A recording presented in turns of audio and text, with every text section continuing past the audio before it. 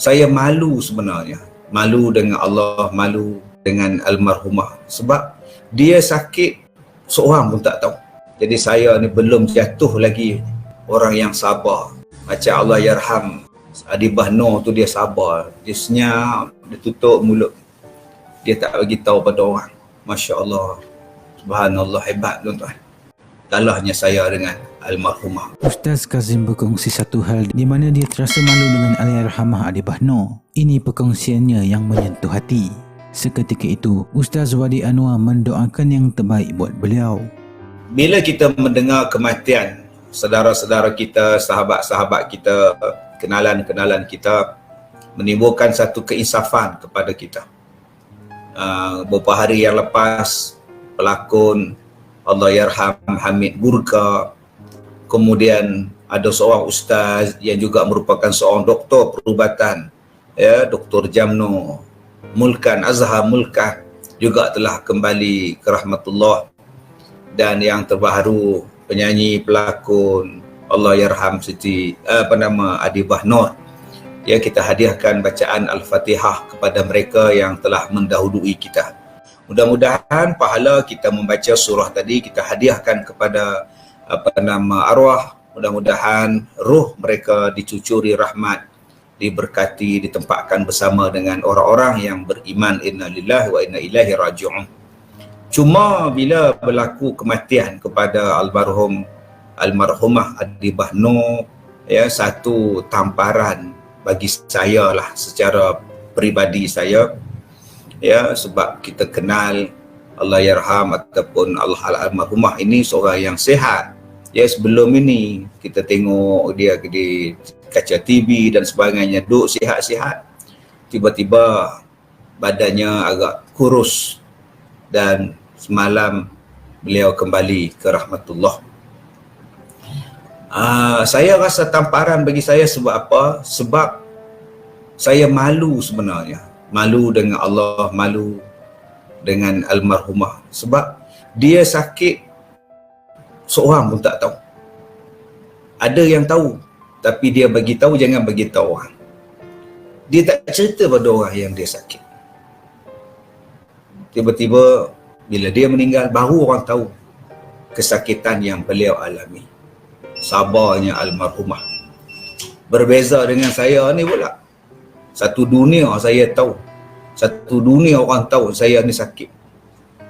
Jadi saya ni belum jatuh lagi orang yang sabar. Macam Allahyarham Adibah Nur tu, dia sabar. Dia senyap, dia tutup mulut. Dia tak bagi tahu pada orang. Masya Allah. Subhanallah, hebat tuan-tuan. Ya, dia merahsiakan kadar ataupun tahap kesihatannya. Mudah-mudahan Allah tempatkan ruhnya bersama dengan orang-orang yang beriman. Jadi ini pengajaran bagi saya, iaitu sabarlah bila sakit. Nak buat macam mana tuan-tuan? Saya pun tak nak jadi cerita sakit saya ni jadi viral, tapi nak buat macam mana kan? Jadi pengajaran pada saya, sakit simpan elok rahsia. Kalau almarhum boleh simpan sakit dia sampailah hari kematian dia, baru orang tahu. Jadi kenapa saya tak boleh tiru dia? Masya Allah, kalah di situ, kalahnya kita tuan-tuan. Ya, kalahnya saya dengan almarhumah. Mudah-mudahan Allah tempatkan ruh beliau bersama dengan orang yang beriman, diterima segala amalan kebajikannya. Durjannah Firdaus. Tapi tak salahkan Ustaz kalau kita bagi tahu sakit kita pada orang lain.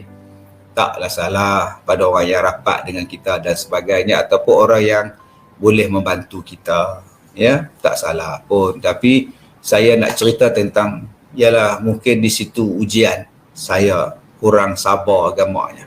Ya, almarhum cukup sabar. Kanser tu tuan-tuan, Masya Allah, Subhanallah. وأعيذهم من عذاب القبر ومن عذاب النار. اللهم ثبتهم عند السؤال، اللهم ثبتهم عند السؤال، اللهم ثبتهم عند السؤال. صلى الله على سيدنا محمد وعلى آله وصحبه وسلم. الحمد لله رب العالمين. تهجأك الفاتحة. الفاتحة. أعوذ بالله من الشيطان الرجيم. بسم الله الرحمن الرحيم.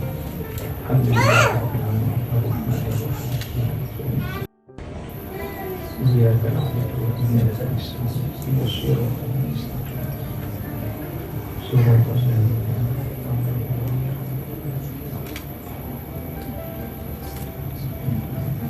Ada tanya, telinga saya dah sihat ke? Saya dah pergi jumpa doktor pakar pada minggu lepas dan doktor dah keluarkan rupanya yang bengkak tu ialah darah, ya. Bukannya cecair, bukan air bisa, bukan dia darah. Bila dah tarik baru darah, dan doktor pun tak sangka dia adalah darah.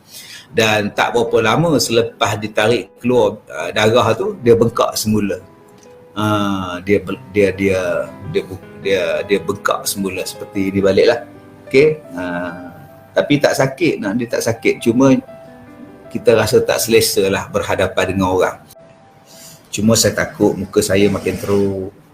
Muka saya, sebab doktor cakap baru ni, muka saya ni dah macam dah mati tau. Pigmentensi dia dah habis dah. Jadi dia takut muka saya tak dapat diselamatkan lagi. Itu saja. Itu yang dia susah hati. Dan dia suruh saya menjalani biopsi, ambil daging-daging ni, tisu ni, ambil tisu ni, kenapa kulit saya jadi macam ni. Ini bukan enzima, ini bukan psoriasis, ini bukan allergic. Dia kata ini bukan jerawat. Macam mana muka seperti boleh jadi hitam? Ini macam orang sudah mati. Saya diam sajalah. Ya.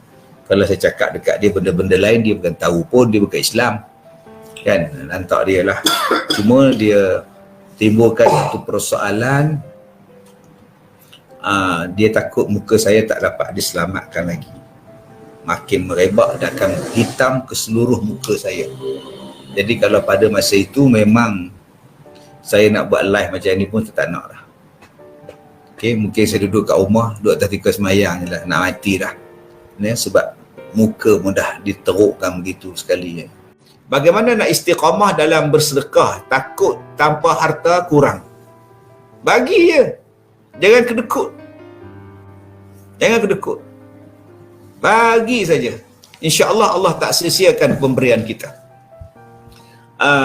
Sekarang kalau saya cerita pula, nanti kalau saya cerita pula, kata riak pula, tu penyakit kita ni payah, tuan tak? Saya payah. Saya punya perangai saya, tuan-tuan, apa yang ada dalam poket saya, itulah yang saya bagi.